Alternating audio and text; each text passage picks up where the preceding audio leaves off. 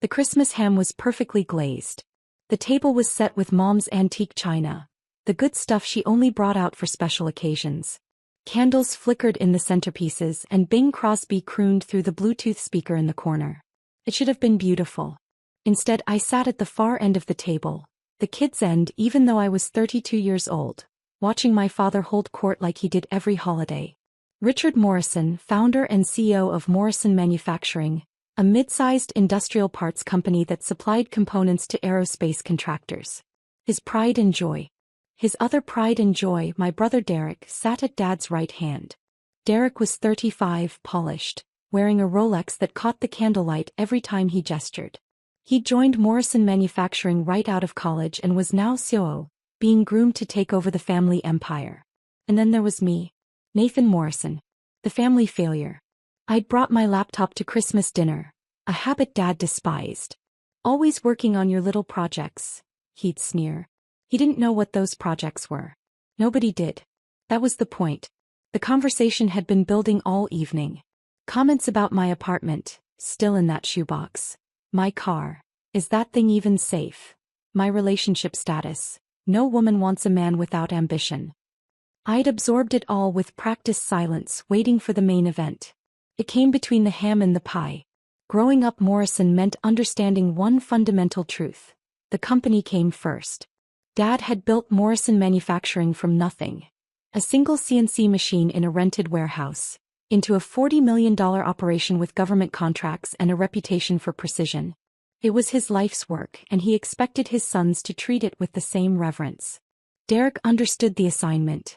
From the time he was 12, he'd spend summers at the factory, learning the business from the ground up. He went to business school because Dad told him to. He married a woman from a good family because Dad approved. He was the perfect heir.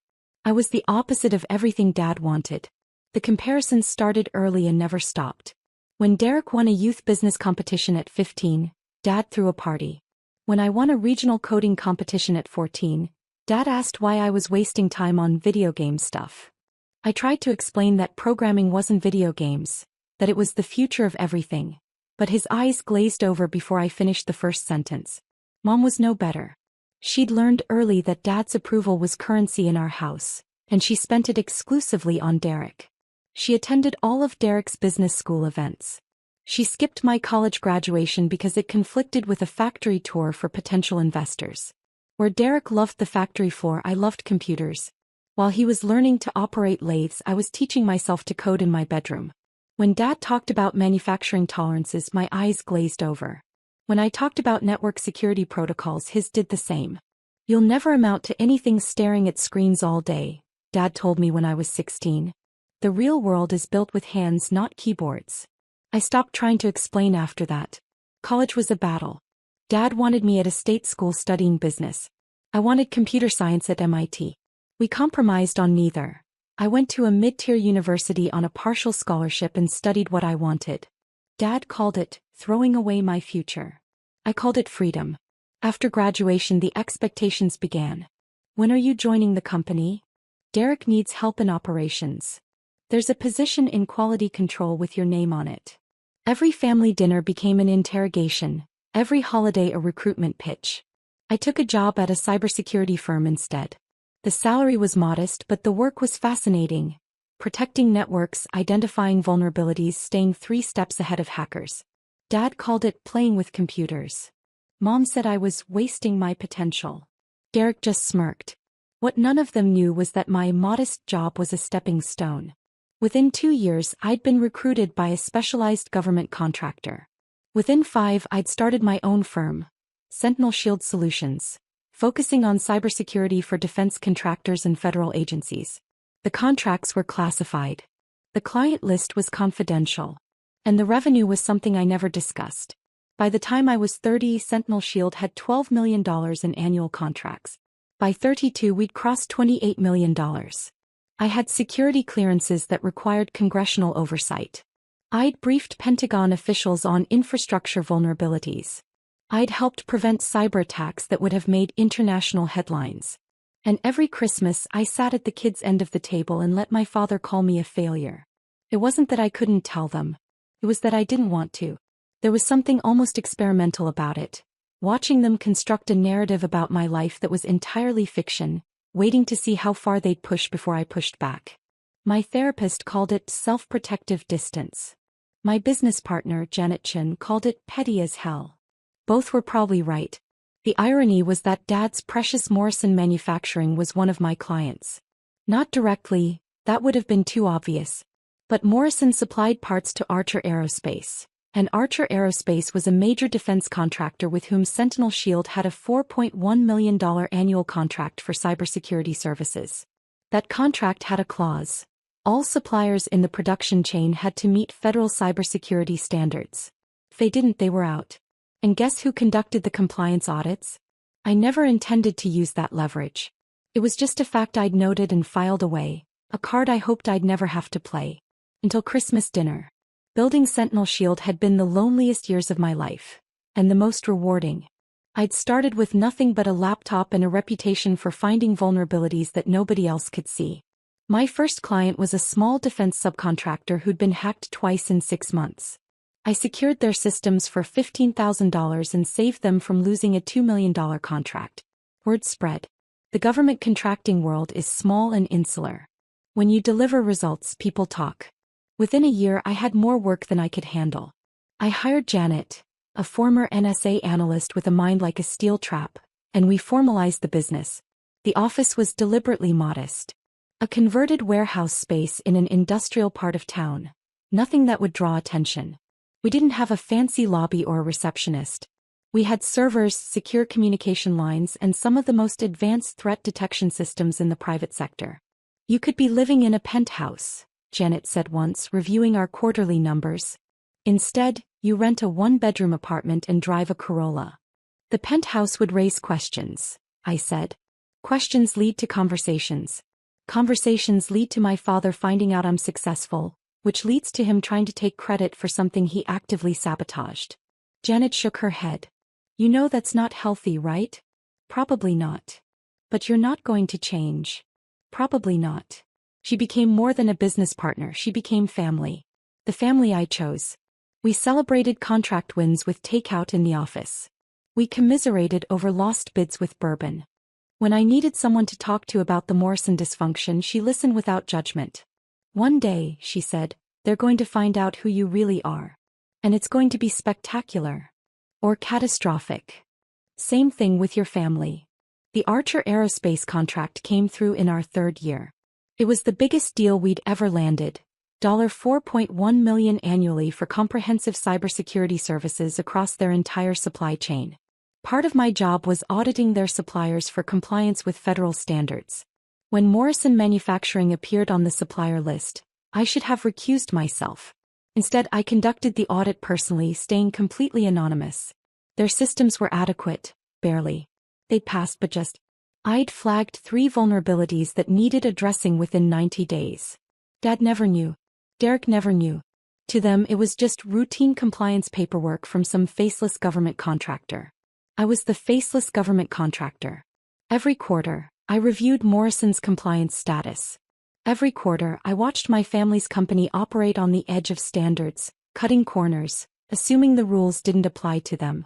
And every quarter, I signed off because they'd done just enough to pass. I wasn't hiding. I was waiting. Documenting. Building a case I hoped I'd never need to use. Dad set down his wine glass with the deliberate precision of a man about to deliver a verdict. You know what I was thinking about today? He didn't wait for an answer. I was thinking about legacy. About what I'm leaving behind. Derek straightened in his chair, sensing a compliment incoming. Morrison Manufacturing will be worth $60 million in 5 years, Dad continued. Derek's going to take it to $100 million. That's legacy. That's building something real. He turned to look at me. And then there's you. Here it comes, I thought. 32 years old. No wife. No kids. No real career. Still playing with computers in some basement somewhere. He shook his head with theatrical disappointment. You're the family failure, Nathan. Your brother runs a real company. You play pretend. Mom nodded approvingly. Your father's right, sweetheart. It's not too late to grow up. Derek smirked but said nothing. He never had to pile on. Dad did enough for both of them. I looked at my father. To my mother. To my brother. 3 people who had never once asked what I actually did for a living. Who had assumed failure because success didn't look like their narrow definition. Something shifted inside me. Years of silence, years of absorbing insults, years of waiting for them to see me. It all crystallized into a single cold clarity. Noted, I said. I opened my laptop. The screen glowed in the candlelight. What are you doing? Dad asked, irritation creeping into his voice. Put that away. It's Christmas. Just checking something. My fingers moved across the keyboard with practiced ease. I logged into the secure Sentinel Shield portal, navigated to the Archer Aerospace account, and pulled up contract number 4471. Nathan. Dad's voice sharpened. I said put it away. I typed a single line. Terminate federal contract number 4471 with Morrison Manufacturing. Effective immediately. Non-compliance with cybersecurity protocols. I pressed enter. 30 seconds later, Dad's phone exploded with notifications. Then Derek's. The dining room filled with the urgent buzzing of incoming calls and messages. Dad stared at his screen, his face going pale. What the hell? He looked up confused. Derek, Archer just terminated our contract. All of it. Effective immediately. The chaos at the dinner table was immediate and spectacular. Derek grabbed his phone, already dialing. I'm calling Jim at Archer. This has to be a mistake. Dad was scrolling through emails, his face shifting from pale to red. Non-compliance? We passed every inspection. We've been compliant for 3 years. Mom clutched her napkin, looking between her husband and son. Richard, what's happening? What does this mean? It means we just lost $4 million, Dad snapped. Our biggest contract. Gone. On Christmas Day. I closed my laptop gently and watched the scene unfold. Derek was on the phone, his voice rising. What do you mean you can't discuss it? Jim, we've been partners for 6 years. You owe me an explanation. He paused, listening. His face fell. The cybersecurity contractor? What about them? Another pause. Derek's eyes widened. Sentinel Shield? I've never heard of them. He was scribbling on a napkin. They flagged us for what? 3 critical vulnerabilities? We addressed those months ago. He listened again and I watched the realization dawn on his face. You're saying this Sentinel Shield company has the authority to terminate our contract? Who the hell are they? Dad grabbed the napkin from Derek. Sentinel Shield Solutions. I've seen that name somewhere. He was already typing on his phone, searching. I sipped my water and waited. Mom turned to me, irritation in her voice. Nathan, can you at least pretend to care? Your father's company is in crisis. Oh, I care, I said quietly. More than you know. Dad was still searching, clicking through results. Sentinel Shield Solutions. Government contractor. Cybersecurity. Founded in. He trailed off. I saw the exact moment he found the company registration. The exact moment he saw my name. His head snapped up. He stared at me with an expression I'd never seen before. Confusion, disbelief, and something that might have been fear. Nathan, he said slowly. What did you do? I set down my water glass with deliberate calm. What I do every day, Dad. My job. Derek looked between us, lost. What's he talking about? What did you find? Dad turned his phone screen toward Derek. I couldn't see it, but I knew what it showed. The Sentinel Shield Solutions Company registration. Founder and CEO. Nathan Morrison. Derek's jaw dropped. That's not possible. It's very possible, I said. Sentinel Shield is a $28 million cybersecurity firm with federal contracts across 12 agencies. We specialize in supply chain security for defense contractors. One of our biggest clients is Archer Aerospace. I paused.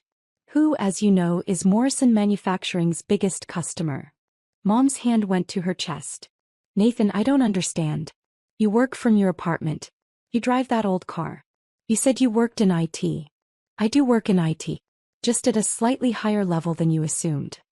I pulled out my phone and opened my portfolio summary. Current company valuation is $34 million. My personal stake is worth $22 million after dilution. Annual revenue last year was $28.4 million.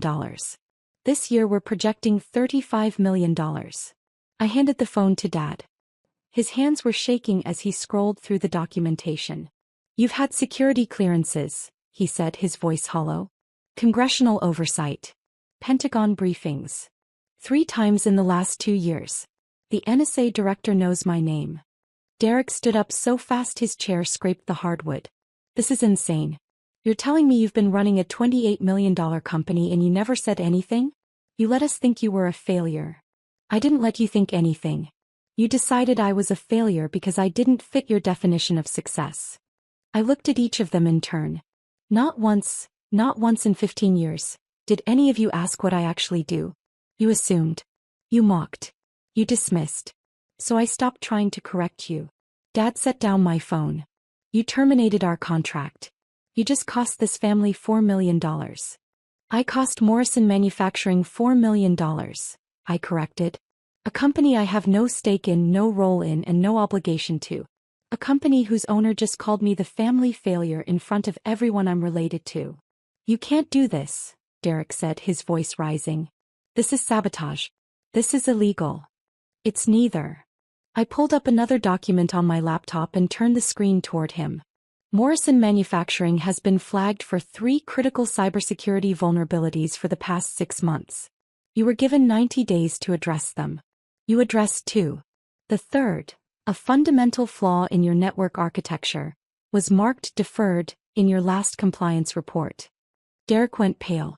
That was a judgment call. We were going to handle it in Q1. Federal regulations don't allow for judgment calls on critical vulnerabilities. You're non-compliant. I have the authority and the obligation to terminate contracts with non-compliant suppliers. I closed the laptop.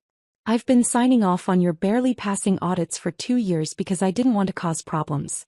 Tonight you made it personal. So this is revenge, Dad said coldly. This is consequence, I replied. Something you've never had to face.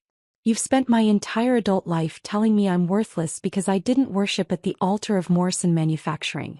You've made me feel small at every family gathering, every holiday, every phone call. And the whole time I was building something bigger than your factory could ever be. Mom found her voice. Nathan, please. We're family. We can work this out. Can we? I turned to her. When's my birthday, Mom? She hesitated. It's March 15th, I said. You sent me a text last year. 3 days late. It said, and I quote, Happy birthday, hope you're doing well. You spelled birthday wrong. Mom's eyes welled with tears. I've been busy. The company takes up so much time. The company, I interrupted. Always the company. I'm not part of the company, so I'm not worth remembering. Derek was on his phone again, frantically typing. I'm emailing our lawyers. There has to be something we can do. Conflict of interest. Fraud. Something. There's nothing, I said calmly. I disclosed my family relationship to the contracting officer when Morrison first appeared on the supplier list. I've been reviewed by 2 independent auditors. Everything is documented, everything is legal, and your vulnerabilities are real. Dad stood slowly. For the first time in my life he looked old. Diminished. You've been auditing us, he said. For years. Watching. Waiting. Hoping you'd never give me a reason to act, I admitted. But you couldn't resist. You had to remind me one more time that I'm nothing. That I'm playing pretend while Derek runs a real company. I stood up from the kids' table, the last time I'd ever sit there. Here's the reality, Dad. Morrison Manufacturing is worth $40 million on a good day. Sentinel Shield is worth $34 million and growing. My pretend company will be bigger than your legacy within 2 years. And I built it without a single dollar from you, without a single piece of advice, without a single word of encouragement. I picked up my laptop and tucked it under my arm. The contract termination stands. You have 30 days to appeal through Archer's compliance department. Not that it'll do any good. Your vulnerabilities are documented. Nathan. Dad's voice cracked. Please. This will destroy us. I paused at the dining room door. No, it won't. It's one contract. A significant one, but not existential. You'll survive. You'll find other customers. Morrison Manufacturing will continue. I looked back at him. But you'll know for the rest of your life that the son you called a failure had the power to end it all. And he chose not to. That's supposed to make us grateful? Derek spat. It's supposed to make you think, I said. About how you treat people. About what success really looks like. About whether legacy is about money or about the relationships you build. I shrugged. But probably it won't. You'll spend the next year blaming me instead of looking in the mirror. I walked out of my parents' house, leaving the Christmas ham half-carved and my family in stunned silence. The cold December air hit my face like a baptism. I stood on the porch for a moment, breathing deeply, waiting for the guilt to arrive. It didn't. Instead, I felt something I hadn't experienced in years. Lightness. My phone buzzed. Janet. Saw the contract termination come through. Everything okay? I typed back, better than okay. I'll explain tomorrow. Behind me I could hear raised voices. Derek shouting something about lawyers. Dad's lower rumble, defeated. Mom crying. I got in my Corolla, the car they'd mocked 100 times, and drove away from the house I'd grown up in. The house where I'd been invisible for 32 years. Not anymore.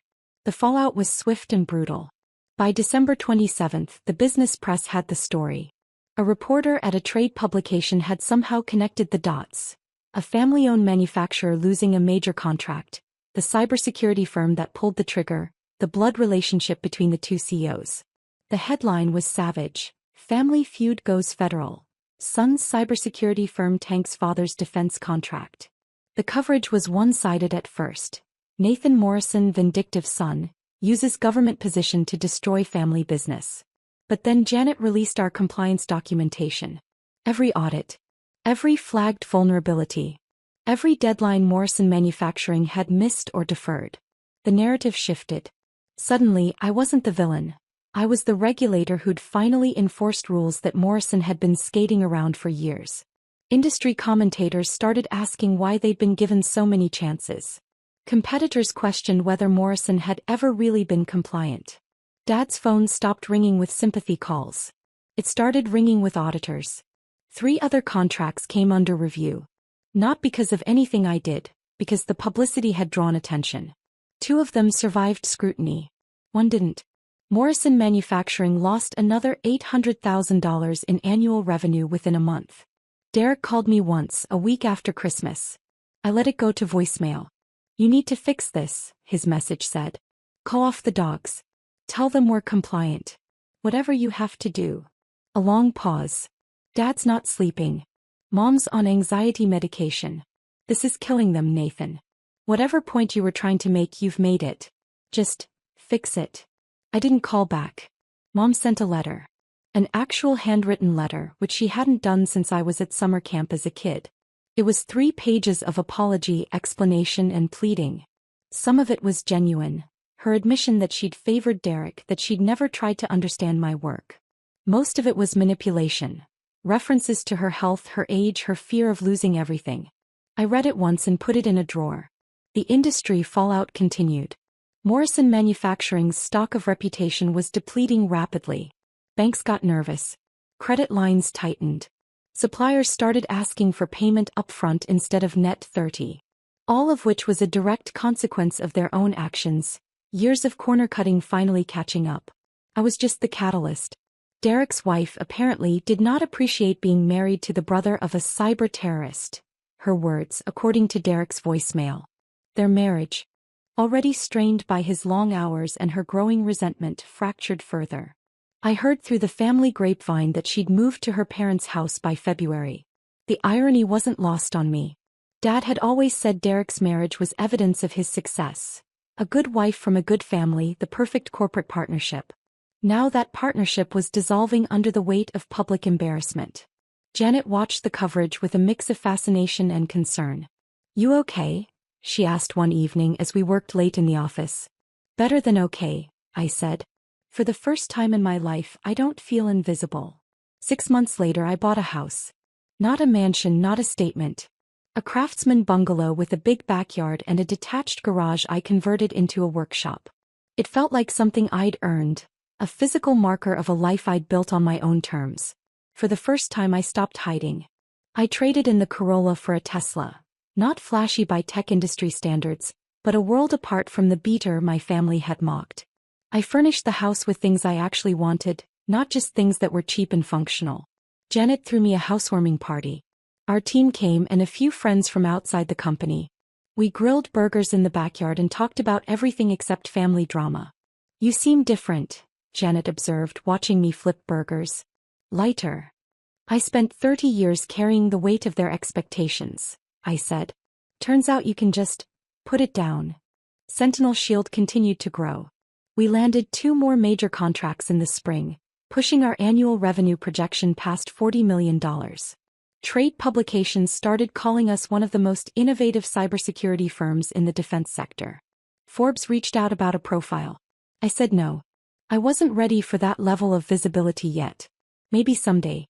Dad showed up unannounced the following weekend. He looked different. Thinner.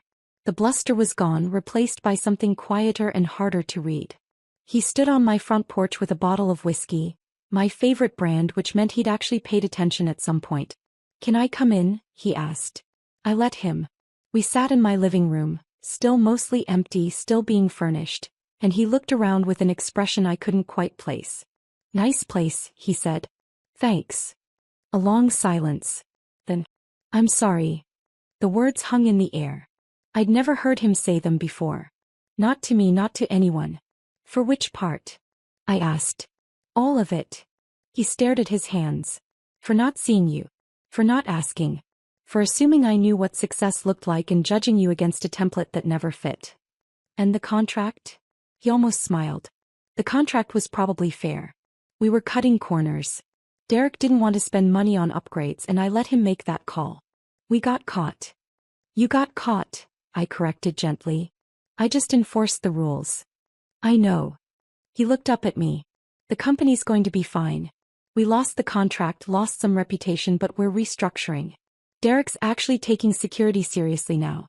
There's talk of bringing in a CTO. I raised an eyebrow. Not you, he said quickly. I know better than to ask. But someone like you.